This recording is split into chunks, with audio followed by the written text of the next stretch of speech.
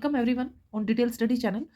Today we will solve exercise 11B mathematics bus class 8 question number 4। Last exercise में हमने direct proportion पढ़ा था, direct variable पढ़े थे और इस एक्सरसाइज में हम सोल्व करेंगे। 3 क्वेश्चन हम सोल्व कर चुके हैं गाइस। क्वेश्चन नंबर 4 को आज हम लेंगे जो कि इनवर्स वेरिएबल के अकॉर्डिंग सोल्व होगा। Question number 4 is saying if 12 men can dig a pond in 8 days, how many men can dig it in 6 days. If 12 man 12 व्यक्ति मिलकर किसी पौंड को 8 दिनों में खोद सकते हैं तो कितने व्यक्ति 6 दिनों में खोद देंगे। तो देखिए, अगर हमें काम जल्दी करवाना है तो हमें मैन पावर जो है वो बढ़ानी पड़ेगी। ठीक है, तो इस तरह से ये इनवर्स प्रोपोर्शनल हो जाएगा। चलिए इसकी टेबल बनाते हैं और फिर इसमें फॉर्मूला लगा के इसको सोल्व करते हैं। इसमें हमें दिया गया है मैन, तो हम लिखते हैं पहले मैन और फिर हमें नीचे दिया गया है डेज, तो यहाँ हम लिख लेंगे डेज। ठीक है, यहाँ पर देखिए मैन है 12, तो डेज उस पॉइंट को डिक करने में लगते हैं 8 और अगर 6 डेज हैं तो फाइंड करना है हमने यहाँ पर ये, इसको हम x2 लिख देंगे क्योंकि ये हमारा x1 होता है, ये y1, ये x2 होता है और ये y2 होता है। ठीक है, तो हमने फाइंड आउट करना है कि how many man, number of man हमने फाइंड आउट करने हैं अगर हम किसी पॉन्ड को 6 डेज में डिग करवाना चाहते हैं तो देखिए यहाँ पर हम लिखेंगे अपना formula x1 y1 is equal to x2 y2। ये फॉर्मूला इनवर्स वेरिएबल्स के लिए है। ठीक है, तो यहाँ पर x1 जो दिया गया है वो है 12 एंड y1 है 8, x2 हमने फाइंड आउट करना है और y2 हमें दिया गया है 6। ठीक है, तो y2 इधर आएगा और डिवाइड में चला जाएगा। 12 multiply 8 divide by 6 is equal to x2। 6 से हम इसे कैंसिल कर देंगे 2, तो हमें मिल जाता है 8 16। ठीक है, 16 x2 की वैल्यू आ गई है। तो 16 यानी कि किसी भी पॉइंट को खोदने के लिए अगर 6 दिन में खुदवाना है उसे, तो फिर 16 मैन की हमें जरूरत होगी। तो इसे अब हम लिख लेते हैं। आंसर फाइनली आ गया हमारा, तो हम लिखेंगे 16 man can dig the pond in 6 days। 16 man can dig the pond in 6 days।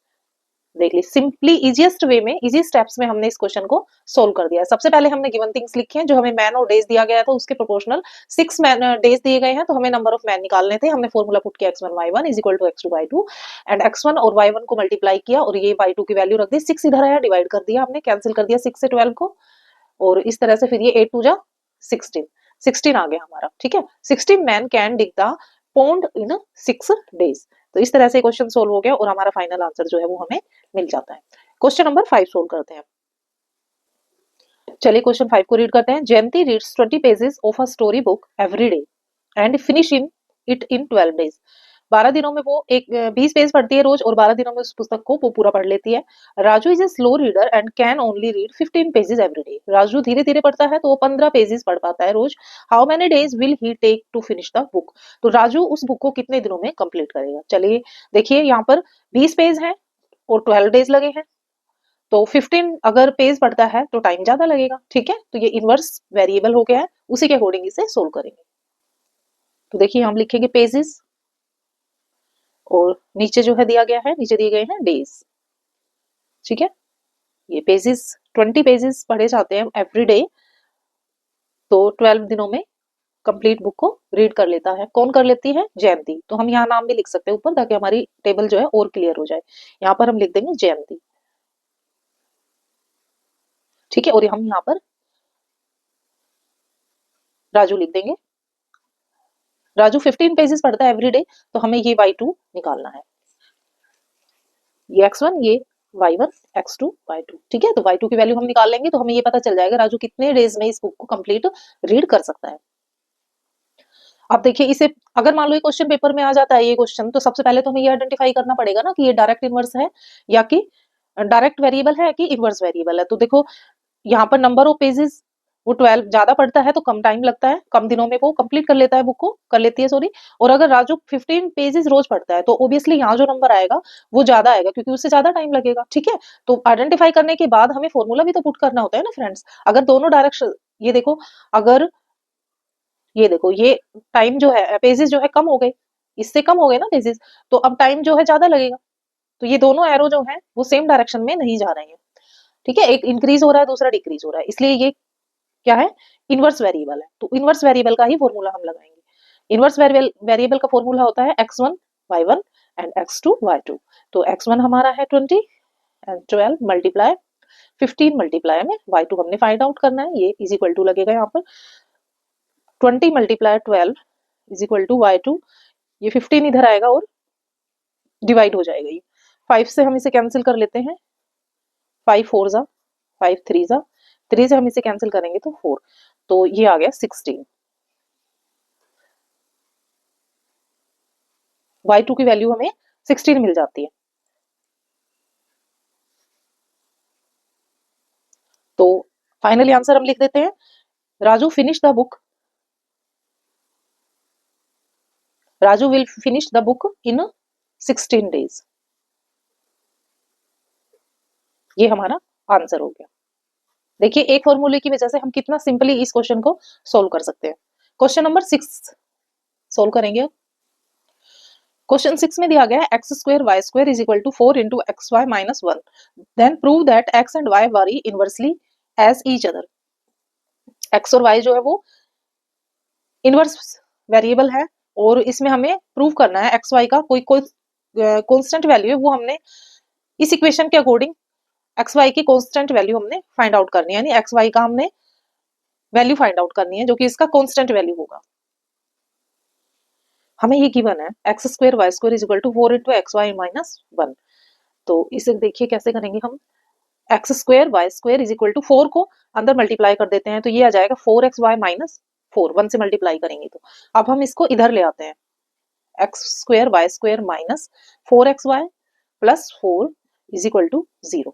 अब इसे ध्यान से देखिए आप, इसको देखने से हमें क्या पता चलता है कि एक्चुअल में ये जो है ना, ये जो है एक्स वाई माइनस 2 का होल स्क्वायर है। ये जो है इक्वेशन जो हमें दी गई है एक्चुअल में ये ओपन फॉर्म है एक्स वाई माइनस 2 का होल स्क्वायर की।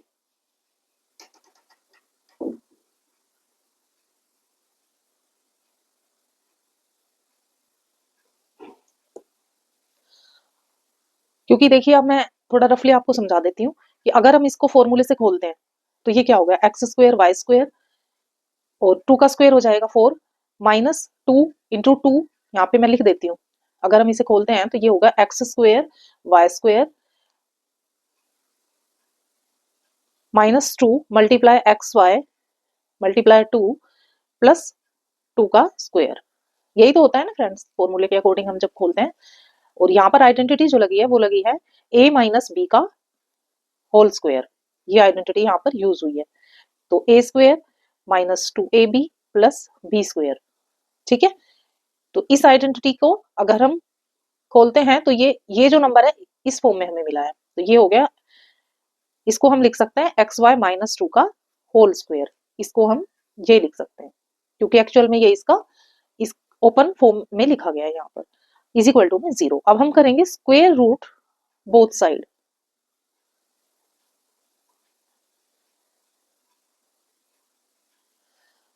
स्क्वायर रूट लगाएंगे जब हम इधर एक्स वाई माइनस 2 के स्क्वायर पर, और 0 का तो 0 ही हो जाएगा अगर लगाएंगे भी तो ये स्क्वायर कैंसिल हो जाएगा गाइस, ठीक है। जैसे मैं एक एग्जांपल के थ्रू आपको समझाती हूँ कि ये कैसे हट जाएगा इसका स्क्वायर। क्योंकि देखिए अगर मान लो हमारे पास कोई नंबर है 2 इंटू 2 का स्क्वायर हमारे पास होता और उसका हम रूट कर देते, तो देखो 2 को 2 से मल्टीप्लाई करेंगे या हम 2 को 2 बार लिखेंगे। देखिए 2 को 2 बार लिखेंगे हम, स्क्वायर का मतलब तो यही होता है, तो यहाँ हमारे क्वेश्चन में भी स्क्वायर है तो हम इस ब्रैकेट को 2 बार लिखेंगे, तो ये क्या आ जाएगा 2 2 जा 4, और 4 का जब किसका स्क्वायर रूट होता है 2 का, 4 का स्क्वायर रूट हो जाएगा 2, तो इसमें हमारा 2 आंसर आ जाएगा। यानी कि अगर हम यहाँ पर भी सिंपल कर सकते थे, स्क्वायर को हटा देते तो ये 2 आ जाता, ठीक है। ठीक इसी तरह हम इसमें भी करेंगे, इसका जब भी किसी स्क्वायर फॉर्म में कोई डिजिट होती है उसका स्क्वायर रूट कर देते हैं तो उसका जो स्क्वायर होता है वो कैंसिल हो जाता है। तो अब इसे हम सीधा लिख देंगे X Y minus 2 is equal to 0। तो X Y is equal to, ये माइनस 2 इधर आएगा और प्लस का हो जाएगा। तो इस तरह से हमने एक्स वाई की ये 2 जो है ये कॉन्स्टेंट हमने फाइंड कर दिया। Question number 7, 500 soldiers in a fort had enough food for 30 days. After 6 days, some soldiers were sent to another fort and thus the food lasted for 32 more days. How many soldiers left the fort? एक किसी fort में 500 soldiers थे और उनके पास 30 दिन का पर्याप्त खाना था। 6 दिन तक तो वो रहे और 6 दिन के बाद कुछ सोल्जर चले गए फोर्ट छोड़कर, और वही फूड जो था, जो कि अगर 500 सोल्जर रहते तो 30 दिन चलता, फिर वो लास्ट तक 32 दिन चला। हाउ मैनी सोल्जर्स, तो कितने सोल्जर्स फोर्ट को छोड़कर चले गए। तो इसका सोल्यूशन देखिए किस तरीके से हम करेंगे। वेरिएशन के इनवर्स वेरिएबल के अकॉर्डिंग हम इसको सोल्व करेंगे। Let number of soldiers left the fort a, हमने लेट कर लिया कि ए सोल्जर्स लेफ्ट कर छोड़कर गए हैं फोर्ट को। अब जो जो गिवन है हम वही चीजें यहाँ पर लिख लेते हैं कि फूड इनफ 30 डेज के लिए अवेलेबल था एंड फूड यूज्ड 6 डेज के लिए फूड को यूज किया, क्योंकि 6 डेज के बाद वो लेफ्ट फोर्ट को छोड़कर गए हैं। तो रिमेन, अगर वो फोर्ट छोड़कर ना जाते तो वो फूड कितने दिन और चलता, 6 डेज तो उन्होंने यूज कर लिया था, 24 डेज वो और कंज्यूम इसे कर सकते थे।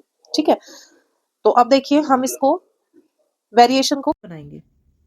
सबसे पहले हम ये देखते हैं, सोल्जर्स डाउन है मतलब इंक्रीज हो गए, कम हो गए, कुछ सोल्जर चले गए, तो जो डेज हैं वो बढ़ गए। पहले 30 डेज अब 32 डेज चला है। ठीक है, तो इसका मतलब ये इनवर्स वेरिएशन है।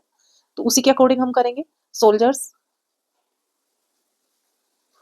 एंड डेज, और ये डेज हमने फूड के अकॉर्डिंग लिया है कि इतने दिन हमारा फूड चलता है। 500 सोल्जर्स थे, 24 डेज फूड चलता, और अब 500 में से कुछ सोल्जर चले गए हैं। ठीक है, तो अब फूड चला है 32 डेज। अब हमारे पास गिवन थी 500 सोल्जर्स अगर होते तो 24 डेज फूड चलता, क्योंकि 30 डेज चलना था, 6 डेज तो उन्होंने यूज कर ही लिया था। अब 500 में से जो ए सोल्जर्स गए हैं वो नंबर हमने फाइंड करना है। तो यहाँ पर हमने लिखा है 500 माइनस ए, क्योंकि इसकी वैल्यू हमें पता नहीं है, हमें फाइंड आउट करना है। तो चलिए इनवर्स वेरिएशन के अकॉर्डिंग हम इसे सोल्व कर लेंगे। y1 is equal to x2 y2,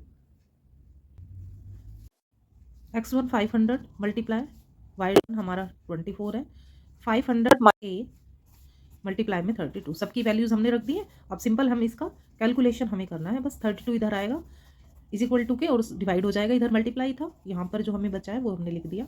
इसे हम 8 से कैंसिल कर देते हैं, 8 3 जा 8 4 4 से 500 को कैंसिल करेंगे तो ये आ जाएगा 125।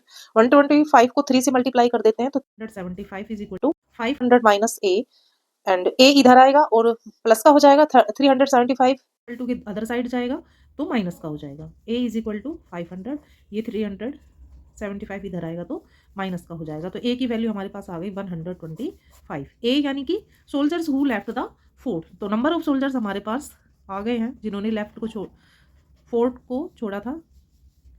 Number of soldiers who left the fort, ठीक है, तो वो है 125 सोल्जर्स। तो ये हमारा आंसर आ गया है। दिखने में क्वेश्चन काफ़ी टिपिकल लग रहा था, लेकिन समझ के जब हम इसको स्टेप बाय स्टेप सोल्व करेंगे तो ये इनडायरेक्ट वेरिएशन यानी इनवर्स वेरिएशन का क्वेश्चन ही निकलेगा। तो I hope you understand it well.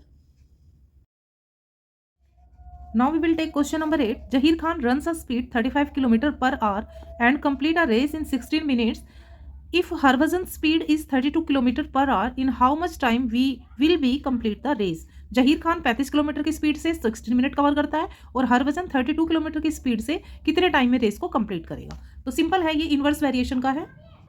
देखिए इसको कैसे करेंगे। सबसे पहले हम यहाँ लिख लेते हैं स्पीड, और स्पीड किलोमीटर पर आवर है, और सेकंड बॉक्स में हमें लिखना है टाइम, और टाइम हमें मिनट की यूनिट में दिया गया है। ठीक है, यहाँ पर जो दिया गया है वो हमें बताया गया है जहीर खान के बारे में, उसकी स्पीड दी गई है, तो यहाँ लिख देंगे हम जहीर खान, और अदर बॉक्स में हमें यहाँ लिखना है हरभजन।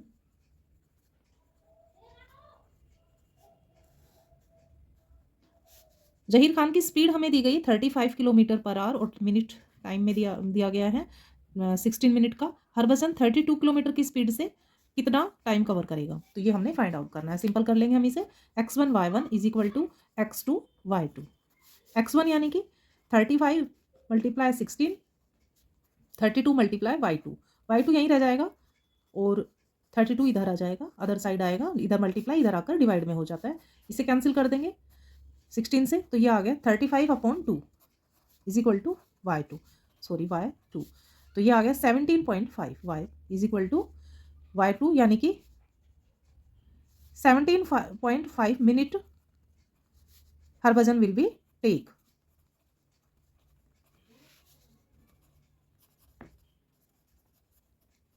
ये हमारा आंसर हो गया। ठीक है, तो बिल्कुल ही सिंपल क्वेश्चन था।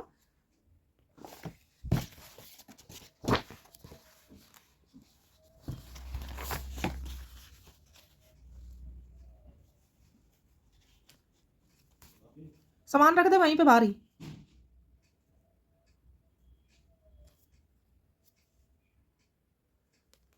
तो देखिए अब हम करेंगे इसमें, हमने टैप ले लिए नंबर्स में, टैप हमारे पास 8 है और टाइम जो दिया गया है वो 27 मिनट का है।